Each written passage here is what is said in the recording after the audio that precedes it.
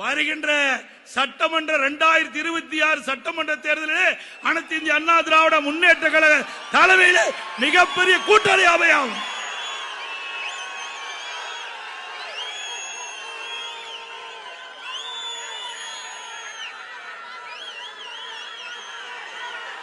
ஏன் என்று சொன்னால்